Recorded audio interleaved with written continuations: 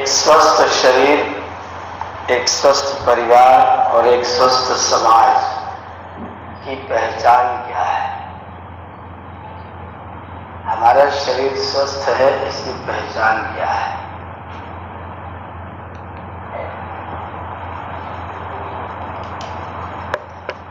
अगर आपसे कोई छोटा सा सवाल पूछे और आपसे कहे कि शास्त्र में मत घुसना, लिखा और सुना हुआ उत्तर मत देना, अपने अनुभव के आधार पर बताओ कि स्वस्थ शरीर किसको माना जाए।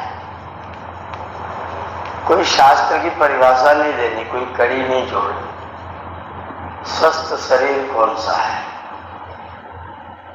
जिस शरीर में आगम और निर्गम ठीक है, वो शरीर स्वस्थ है। आगम और निर्गम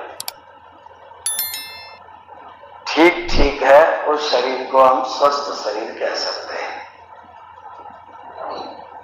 खूब भूख लगती, खूब खाने की इच्छा होती है और पेट स्वच्छ रहता है।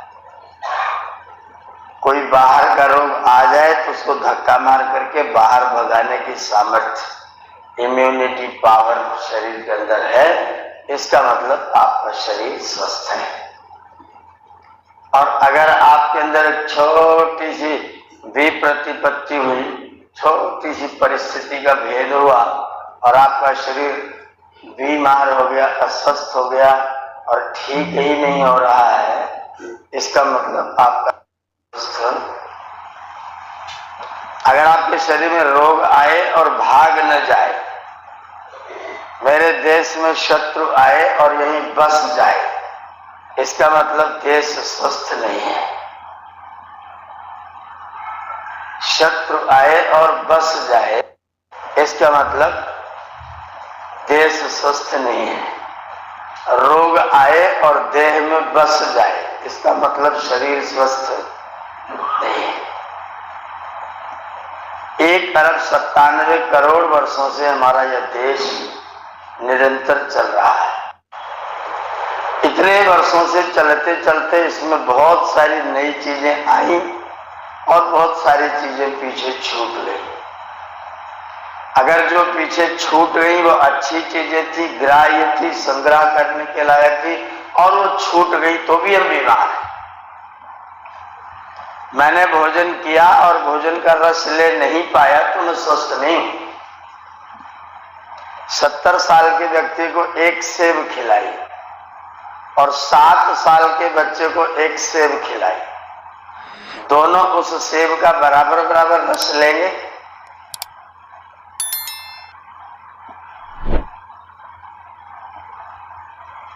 एक सेब से 7 साल के बच्चे को 70 कैलोरी 7 कैलोरी ऊर्जा मिलेगी। 7 साल वाला उसी में से 70 निकालेगा और 70 साल वाला उसी में से केवल 7 निकालेगा। सेब वही है, लेकिन 7 साल का बच्चा उसी से 70 कैलोरी ऊर्जा लेता है और चलता है तो उछल उछल के चलता है। और हम लोग खूब सेब खा लें, लेकिन पैर को उठाते समय डरते कि ज्यादा न उठ जाए, ज्यादा उठ जाए तो हम ही उठ जाए, ये डर लगा रहता है। सेब वही, तो जो उसमें से पूरा रस ले रहा है, इसका मतलब वो स्वस्थ है, और जो नहीं ले पा रहा उसका स्वस्थ है, इसका मतलब ठीक।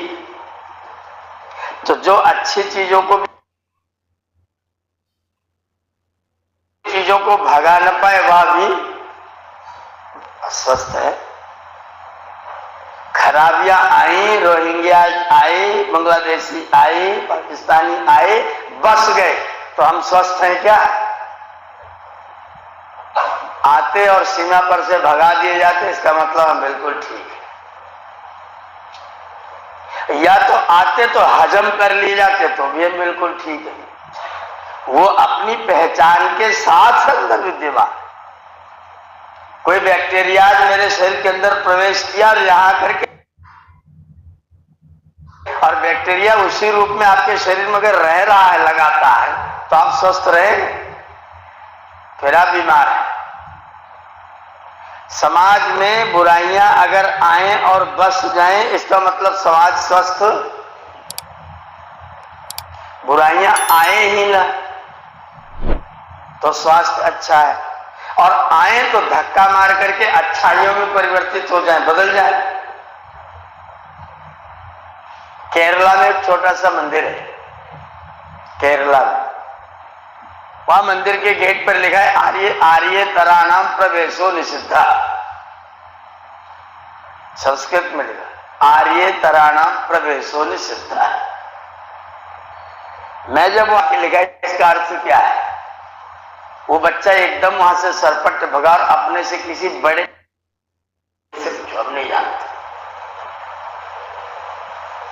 वो थोड़े युवक स्थिति में थे, 25-26 साल का, इनसे पूछ लो, मैं नहीं जानता। मैंने उनसे पूछा ऐसे वाक्य से कौन था, उस आर्य नहीं है वो मंदिर में प्रवेश न करें, ये इस वाक्य का अर्थ है। जो आर्य नहीं है वह में प्रवेश।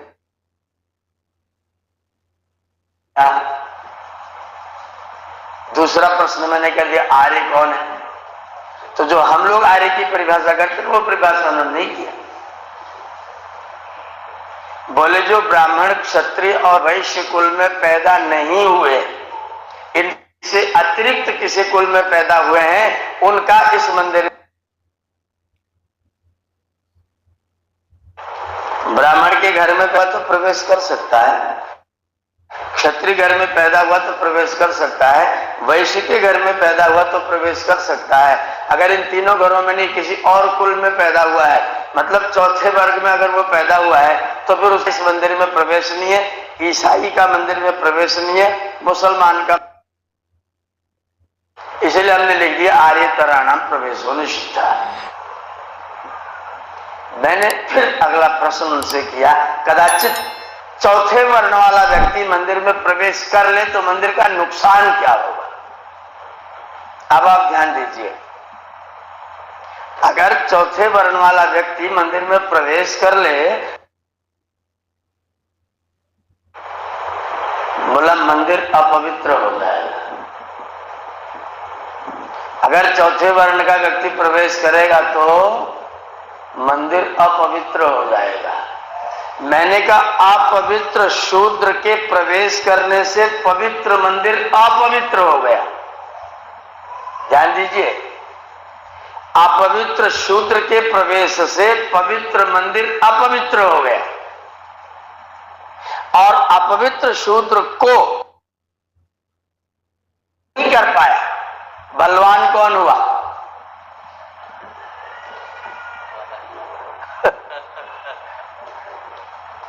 आप सोचिए, चिंतन करिए। अपवित्र शूद्र से पवित्र मंदिर अपवित्र हुआ, और अपवित्र शूद्र को पवित्र मंदिर पवित्र नहीं कर पाया,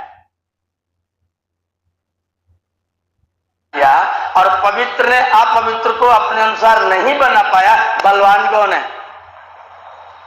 तो जो नवयुवक था वो भी भाग गया। उसने कहा हमारे गुरु जी इसको बताएं। तो जो मंदिर का मुख्य पुजारी था, +60 वृद्ध था, वो फिर गेट पर आया। बोले कोई व्यक्ति आए ऐसे प्रश्न, आप क्या पूछ रहे हैं? मैंने कहा कि मैंने गंदा पानी पिया और मेरे शरीर ने गंदे पानी को हजम कर लिया, और एक व्यक्ति ने गंदा पानी पिया और गंदे पानी ने उसको हजम कर लिया, वो बीमार हो गया। दोनों में बलवान कौन है?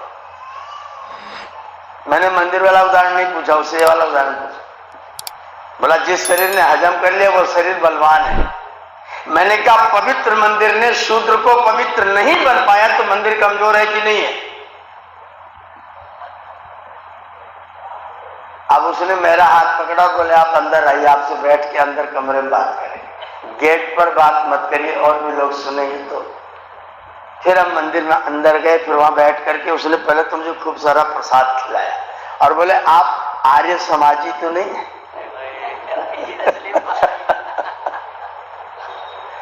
प्रश्न किया, आप आर्य समाजी तो नहीं है।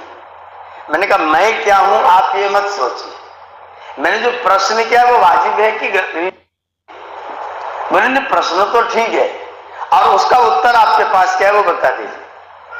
बोले ये प्रश्न आर्य समाजी के अलावा और कोई कर नहीं सकता है, आप कहीं ना कहीं से आर्य समाजी जरूर।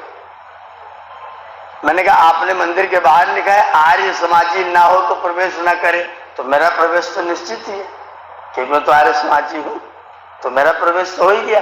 लेकिन मेरे आने पर अगर आपका मंदिर अपवित्र हो गया तो मैं बलवान की मंदिर बलवान। बोले देखिए प्रसाद आप और ले लीजिए और जाइए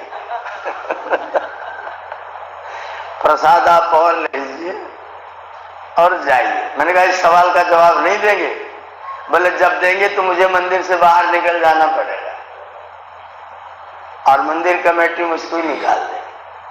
मैं नौकरी करता हूं इसलिए मेरी ज्यादा सामर्थ्य नहीं है, फिर मैं वहां से बाहर निकल आया। आपको ये स्मरण मैं इसलिए सुना रहा हूं, विचार आपको देने के लिए कि यदि मेरे समाज ने अच्छाइयों को ग्रहण करना बंद कर दिया और बुराइयां यहां आकर के घर बनाने लग गई, तो फिर आप ज्यादा दिन तक रहने वाले, बचने वाले, सुरक्षित रहने वाले। एक गंदगी आपके पास में आई, उसका तिरस्कार हम लोगों ने नहीं किया, उसको अंगीकार कर लिया। क्या गंदगी आई? गंदगी क्या आई? इस्लाम, ईसाइयत, जैन, बौद्ध, इनको सबको आपने धर्म के नाम पर स्वीकार कर लिया। ये बहुत बड़ी गलती हम लोगों से हुई है। हम लोगों ने धर्म क्या स्वीकार कर लिया? ईसाई धर्म, मुस्लिम धर्म। किसी भी धर्म की परिभाषा में ये मजहब धर्म के रूप में घटते हैं। धर्म की जितनी भी परिभाषाएं हैं उन सभी परिभाषाओं में ये मजहब धर्म के अंतर्गत समाहित होते हैं? कदाचित नहीं होते, नहीं होते। हमारे ऋषियों मुनियों ने इतने सुंदर विचार किए हैं, हम लोगों ने जो इनका नाम धर्म करके दे दिया, इसने आपके समाज को बहुत बुरी तरह से बांटा है, बहुत बुरी तरह से बांटा है। और जब तक आप इसको दूर नहीं करेंगे आप समाज के बंटवारे को दूर नहीं कर पाएंगे। और अगर आपका समाज बंटवारे से बचा न रहा तो कल नाम तो हो सकता है हिंदुस्तान बचा रहे, लेकिन हिंदू का बचे रहना बहुत मुश्किल है। इसलिए आपको सही तरीके से धर्म को समझना ही पड़ेगा। और ये जो परिभाषा आपके समाज में चल पड़ी है, धर्म है, ये धर्म है, ये धर्म है, वो सब परिभाषाओं को आपको सिरे से नकारना पड़ेगा। इनको मत कह लीजिए, मजहब कह लीजिए, फिरका कह लीजिए, संप्रदाय कह लीजिए, समाज कह लीजिए, जीवन पद्धति कह लीजिए, तरीका कह लीजिए जीवन जीने का। धर्म के नाम से इनको कदापि मत पुकारिए। अगर आपको धर्म की पहचान करनी हो, एकदम गैर पढ़े लिखे व्यक्ति को धर्म की पहचान कर, गैर पढ़ा लिखा, कुछ भी नहीं पढ़ा, स्कूल भी नहीं गया, कोई सत्संग नहीं सुना, उसको भी धर्म की पहचान करनी है, तो आचार्य व्यास ने बहुत सुंदर बात कही, अपने लिए दूसरा कोई व्यवहार करे तो जो तुमको अच्छा लगे वो धर्म है। तुम्हारे साथ कोई, तुम दूसरों के साथ करो तो नहीं, तुम्हारे साथ कोई व्यवहार करे और वह व्यवहार तुमको बहुत प्रिय लगे, अच्छा लगे, तो जान लेना कि वो धर्म है। आत्मना प्रतिकूलानि परेशान न समाचरे। जो अपने को करने पर, अपने साथ करने पर आपको खराब लगे वो अधर्म है। आप दूसरे के साथ में करें तो नहीं। हो सकता है कोई दुष्ट व्यक्ति आप दूसरे के साथ करे तो उसको तो बहुत मजा है, उसको बहुत मजा है, लेकिन जिसके साथ होगा उसको तो मजा आने वाला, तो फिर वो धर्म। मैं गिरूं, कदाचित बरसात का मौसम है, खूब फिसलन है, चारों तरफ कुल काई जमा है और मैं गिरूं, तो गिरने पर सबसे पहले क्या सोचता हूं? कहां चोट लगी कि कोई देख तो नहीं रहा है? क्या सोचते हैं? चोट बाद में सोचते हैं, कोई देख तो नहीं रहा है। अच्छा कोई देख ही रहा मान लो, तो फिर क्या सोचते हैं कि वो हंसे? मजा ले कि दौड़ करके मेरे पास आए और सांत्वना व्यक्त करे। तो धर्म क्या है? ऐसी व्यवस्था बनाओ कि कोई गिरे नहीं, ऐसी व्यवस्था बनाओ कि कोई गिरे नहीं, और कोई गिर जाए और आपसे अगर सहायता की अपेक्षा करे तो आप सदैव उसको उठाने के लिए तत्पर रहें। यह आपका धर्म। कोई गिरे तो आप उसके ऊपर हंसे नहीं, आपको हंसी आने ना पाए। अगर किसी के गिरने पर आपको हंसी आती है, किसी के शर्ट में छोटी सी छेद है और आपकी उसी से नहीं कह रहे कि तुम्हारी शर्ट फटी हुई है, अगर संभव हो तो बदल लो। दूसरे को दिखा रही है, देखो इसकी शर्ट फटी ऐसी घूम रहा है। तो अगर आप दूसरे को दिखा दिखा के मजा ले रहे हैं, इसका मतलब आप धार्मिक। हमने धर्म की क्या परिभाषा बना रखी है? आप सबके ऊपर हंसिए तो भी आप धार्मिक। कलावा बांध लीजिए, तिलक लगा लीजिए, चोटी रख लीजिए, आप धार्मिक हो गए। ना खाने का पता, ना पीने का पता, ना रहने का पता, ना सहने का पता, और आप धार्मिक हैं क्योंकि आपके ऊपर धर्म का चिन्ह लगा हुआ है। और न्याय दर्शनकार क्या कहते? न लिंगम धर्म कारणम। कोई भी चिन्ह किसी व्यक्ति को धार्मिक घोषित नहीं करता। कोई भी चिन्ह किसी व्यक्ति को धार्मिक घोषित नहीं करता। धार्मिक व्यक्ति को घोषित करते उसके कर्तव्य, उसका आचरण, उसका व्यवहार। इसलिए धर्म का सबसे साधारण लक्षण क्या है? दूसरे के मेरे लिए करने पर मुझको मजा आए, तो जान लेना कि धर्म है। कदाचित कुछ लोग इतने ज्यादा अभ्यासी हो जाते हैं, इतने ज्यादा अभ्यासी हो जाते हैं कि उनके साथ कुछ भी करो तो भी वो मजा लेते हैं, कुछ भी करो तो भी वो मजा लेते हैं, उन्हें मौज ही रहती है। तो फिर ऋषि ने कहा कि तो फिर उसको धर्म नहीं समझना जो अभ्यासी हो गया है, थोड़ा सा और आगे बढ़ो। क्या आगे करना? सदाचार देखना। सदाचार पहला लक्षण क्या है? अपने को दूसरे के करने पर प्रिय लगे। कदाचित अभ्यास के कारण आप दूसरे के अप्रिय को भी प्रिय समझने लग जाएं, दोस्त समझ करके, मित्र समझ करके समझने लग जाएं, और आपको वो अच्छा लगने लग जाए, तो फिर सदाचार भी देखना। क्या मेरे किसी रामकृष्ण महापुरुष ने, किसी माता कौशल्या ने, किसी माता सीता ने अपने जीवन में, इतिहास में ऐसा कोई कार्य किया है जिसको मैं प्रिय समझ रहा हूं, जो मुझे अच्छा लग रहा है? क्या वैसा मेरे किसी पूर्वज ने वैसा कोई आचरण किया है? तो फिर आप पूर्वजों का चरित्र पढ़िए। अभी आपको जब भूपेंद्र जी भजन सुना रहे थे तो मैं ये बात निश्चय कर रहा था कि मैं आज इस विषय पर थोड़ा सा प्रकाश डालूंगा। हमें हमारे महापुरुषों का चरित्र क्यों पढ़ना चाहिए? क्योंकि उनके आचरण को देख करके हम अपने लिए धर्म का निश्चय कर सकते हैं। माता सीता के पास में ऑप्शन थे, अवसर था, सब लोग कह रहे थे तुम यहीं रहो। माता सीता ये भी कह सकती थी कि ठीक है तुम 14 साल के लिए जाओ, तब तक हम अपने पिताजी के यहाँ जाकर के आराम से जनकपुर में चले जाएंगे, वहां रह करके आएंगे, और जब आप आना तो मुझे सूचित कर देना, या फिर आप लेने चले आना तो हम आ जाएंगे। तो सीता जी को आप में से कोई व्यक्ति बुरा कहता क्या? कोई निंदा करता? अच्छा, ये निंदनीय आचरण तो नहीं होता ना कि अगर माता सीता वहां चली जाती, और अगर अयोध्या में रहती तो भी कोई निंदनीय आचरण ना होता। माता सीता जब गई है प्रणाम करने के लिए कौशल्या जी को, तो बड़े आराम से गा के बाबा तुलसीदास जी ने लिखा कि सेवा समय दैव बल दीना, मोर मनोरथ पूर्ण न कीना। सेवा का समय था और भाग्य ने हमको वनवास दे दिया। माता कौशल्या ने नहीं कहा कि तेरे को नहीं दिया तो बहाना मत मार। सीता जी को दिया था क्या? किसको दिया था? तो क्यों भाग रही? और इधर मेरे साथ में सहानुभूति व्यक्त कर रही कि नहीं मैं तो सेवा करना चाहती थी पर हमें तो वहां जाना पड़ रहा है, क्यों जा रही है? कौशल्य जी ने ये बात नहीं कही। कदाचित वो यही रहती तो कोई निंदनीय कार्य उनकी ओर से नहीं होता, लेकिन भगवान राम के पास जाने पर तो प्रशंसनीय कार्य हो गया ना।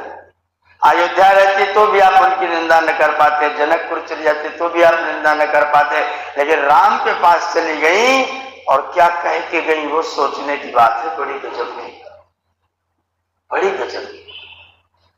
भगवान राम ने कहा कि तुम राजमहल में पैदा हुए, तुमने अभी तक का अपना सारा जीवन महल में बिताया है, और जंगल जानती हो कैसा होता है? कोई समतल जमीन नहीं होती, वहां कोई झाड़ू लगाने वाला नहीं बैठा रहेगा। और माता कहेगी तुमको चप्पल जूता पहन करके वहां नहीं भेज रही, नंगे पैर नंगे सिर, कोई सुविधा की व्यवस्था नहीं, और ऐसे जंगल में भेज रही, कांटा होगा, कुछ होगा, लकड़ियां होंगी, गड्ढे होंगे, समतल जमीन होगी, ऐसी स्थितियां होंगी। तो सीता जी ने इतनी विचित्र बात कही, कमाल की। सीता जी बोलती क्या तुम समझ रहे हो कि मैं तुम्हारे पीछे पीछे चलूं? अग्रतस्ते ब्रजिष्यामि मृतनंती कुशकंटका। हे राम जी, मैं आपके साथ वन में चलूंगी तो आपके पीछे पीछे नहीं चलूंगी। अग्रतस्ते ब्रजिष्यामि, मैं तुम्हारे आगे आगे चलूंगी और रास्ते के कंकड़ को कुश को अपने पैरों के नीचे कुचलती हुई तुम्हारे लिए रास्ते को सहज बनाती हुई मैं आगे आगे चलूंगी। मैं तुम्हारे रास्ते को सहज बनाती हुई तुमसे आगे आगे चलूंगी, तो मुझे डराओ मत। मैं कमजोर पिता की पुत्री नहीं हूं और बलवान पिता की कमजोर पुत्री भी नहीं हूं, बलवान पिता की बलवान पुत्री हूं। मेरी सामर्थ्य खूब है, तुम बिल्कुल भी चिंता मत करो। मैं तुम्हारे पीछे तुम्हारे बनाए रास्ते पर नहीं चलूंगी, आगे आगे चलूंगी और आगे चलती तुम्हारे रास्ते साफ करती हुई चलेंगी। माता सीता वन में जा रही तो प्रशंसनीय हो रही। अयोध्या रहती, जनकपुर चली जाती, आप उनकी निंदा नहीं करते। स्वाभाविक बात है, पिताजी को अगर पति देवता को कोई गलत कर्म करने पर या किसी कारणवश कोई नेतागिरी करने पर, कोई सत्याग्रह करने पर जेल में जाना पड़ा और देवी जी घर पर हैं तो उनकी कोई निंदा करेगा क्या? नहीं करेगा। लेकिन अगर वो भी साथ में कहेंगे नहीं आपके साथ में हम भी हैं तो आप उनकी प्रशंसा अवश्य करेंगे। तो आप सदाचार देखिए अपने महापुरुषों का। क्या हमारे महापुरुषों ने ऐसा कोई आचरण किया है जो मुझे तो प्रिय लगता हो लेकिन उन्होंने ना किया हो? सीता जैसे आज की कोई बहू है, उसे वन जाना प्रिय होगा कि घर जाना प्रिय होगा? तो मुझे प्रिय क्या लगेगा, अपने मायके में रहना या फिर ससुराल में ही रह जाना, ये मुझे प्रिय है। लेकिन मेरे पुरखों ने ऐसा काम कौन से पुरखों ने नहीं किया? जब वशिष्ठ जी ने राजा दिलीप से, ये दिलीप ने कहा कि मेरी कोई संतान नहीं है, बोले गाय की सेवा करो तो संतान होगी। तो दिलीप जी अकेले जा सकते थे, लेकिन दिलीप जी अकेले गए नहीं। जब वन में दिलीप जी गौ सेवा करने के लिए गए थे तो सुदक्षिणा जी उनके साथ में गई थी। तो सीता जी के पूर्वजों ने क्या किया था, स्त्रियों को छोड़ के गए थे, स्त्रियों को लेके गए थे। सीता जी को प्रिय था अयोध्या में रखना, लेकिन पूर्वजों ने क्या किया था, पति के साथ में बन गई थी रानी सुदक्षिणा दिलीप जी के साथ। तो सीता जी को क्या धर्म होगा? धर्म कहता है कि सीता जी राम जी के साथ में जाए। मेरे पूर्वजों ने ऐसा ही कहा है, भले मुझे प्रिय रहे अयोध्या में रहना, लेकिन फिर भी मेरे पूर्वजों ने, रानी सुदक्षिणा ने मेरे सामने एक आदर्श रखा है कि जब भी पति जाएगा वन में तो उसके कष्ट में अर्धभाग अर्धांगिनी बन करके सुदक्षिणा जी साथ साथ में जाएंगी, वन में रहेंगी। गाय का सानी भूसा चारा गोबर जो करना होगा वो सुदक्षिणा जी करेंगी और चराने के लिए दिलीप जी वन में लेकर के जाएंगे। यह हमारे पूर्वजों ने करके दिखाया है, इसलिए सीता जी का धर्म है वन में चले जाना। धर्म की पहला लक्षण, पहली परिभाषा क्या है, अपने को प्रिय लगे। दूसरी परिभाषा क्या है, मेरे किसी आदर्श पूर्वज ने उस आचरण को किया।